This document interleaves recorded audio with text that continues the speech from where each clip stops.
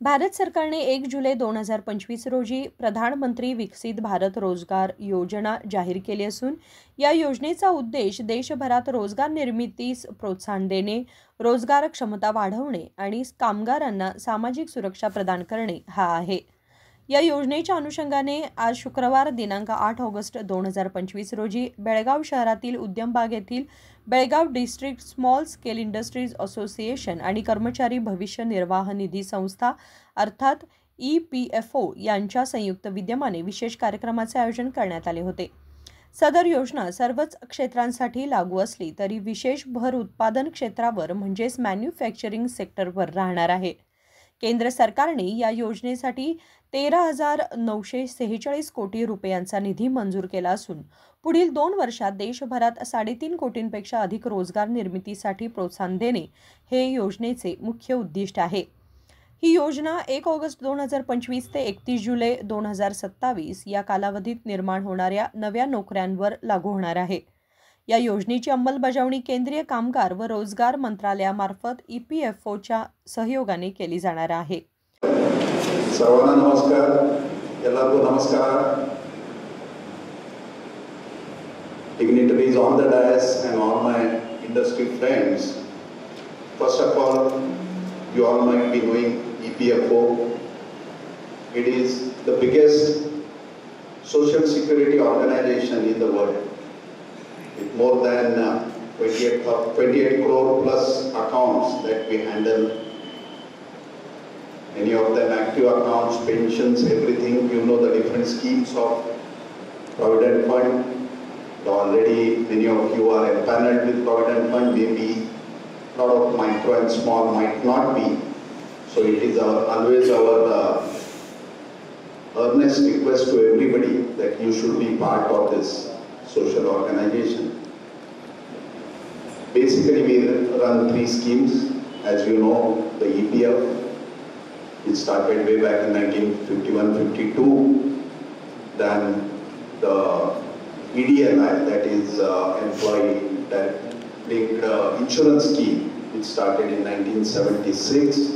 And then there is a Employee Pension Scheme, which is EPS, which started in 1995. Again, got revised in 2014. The limits were changed, basically. So these are the basic 3 schemes that we run.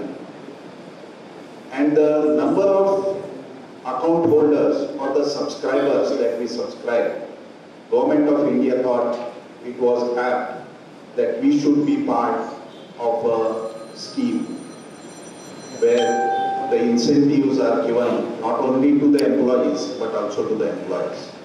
And we have been discussing in our board of trustee meetings for last more than a year. There are many schemes being discussed, and it has been an earnest desire after the production linked incentive scheme was introduced to several sectors.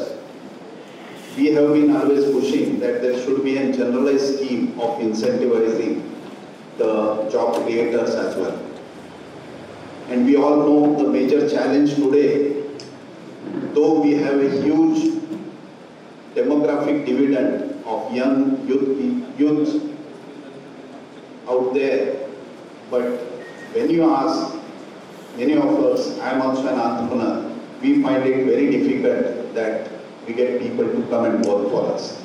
आपल्याकडे काम करायला माणसं भेटत नाही.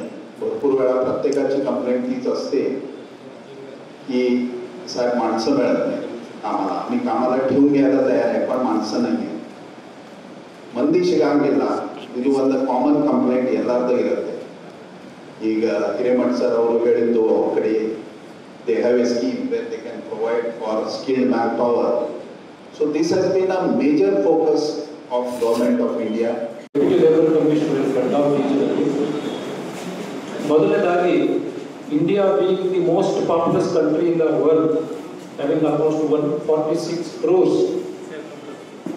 is facing very serious problem ಅಂತಂದ್ರೆ unemployment ratio ಎಷ್ಟಿದೆ ಅಂತಂದ್ರೆ 15 ವರ್ಷಕ್ಕಿಂತ ಹೆಚ್ಚಿನ ವಯಸ್ಸಿನ ಜನರಲ್ಲಿ 5.6% of the population is unemployed. ಪ್ರತಿ ವರ್ಷ ಅದು ಜಾಸ್ತಿ ಆಗ್ತಾನೆ ಹೋಗ್ತಾ ಇದೆ. ಮತ್ತೆ ಉಳಿದಂತೆ ಎಂಪ್ಲಾಯ್ಮೆಂಟ್ ಇದ್ರೂ ಡಿಸ್ಗೈಸ್ಡ್ ಎಂಪ್ಲಾಯ್ಮೆಂಟ್ ಅಂತ ಹೇಳ್ತೀವಿ. ಯಾಕಂತಂದ್ರೆ ಅಗ್ರಿಕಲ್ಚರ್ ಸೆಕ್ಟರ್ ಹೆಚ್ಚು ಎಂಪ್ಲಾಯ್ಸ್ ಇದ್ದಾರೆ. ಹಾಗಾಗಿ ಅವರನ್ನ ಒಂದು ಫಾರ್ಮಲ್ ಸೆಕ್ಟರ್ ತರಬೇಕು ಅಂತಕ್ಕಂಥ ಪ್ರಯತ್ನ ಥ್ರೂಔಟ್ ಪ್ಲಾನ್ಸ್ 5 ಇಯರ್ ಪ್ಲಾನ್ಸ್ ನಡೀತಾನೆ ಇದೆ. ಸಾಕಷ್ಟು ರೋಜ್ಗಾರ್ ಯೋಜನಾ ಬಂದಿದೆ. ಆದರೂ ನಮ್ಮದು ಅನ್ಎಂಪ್ಲಾಯ್ಮೆಂಟ್ ರೇಟ್ ಏನು ಹೆಚ್ಚಾಗ್ತಿದೆ ಅದಕ್ಕೆ ಈಕ್ವಲೆಂಟ್ ಆಗಿ ನಾವು ಎಂಪ್ಲಾಯ್ಮೆಂಟ್ ಆಪರ್ಚುನಿಟಿನ ಕ್ರಿಯೇಟ್ ಮಾಡೋಕ್ಕಾಗ್ತಾ ಇಲ್ಲ.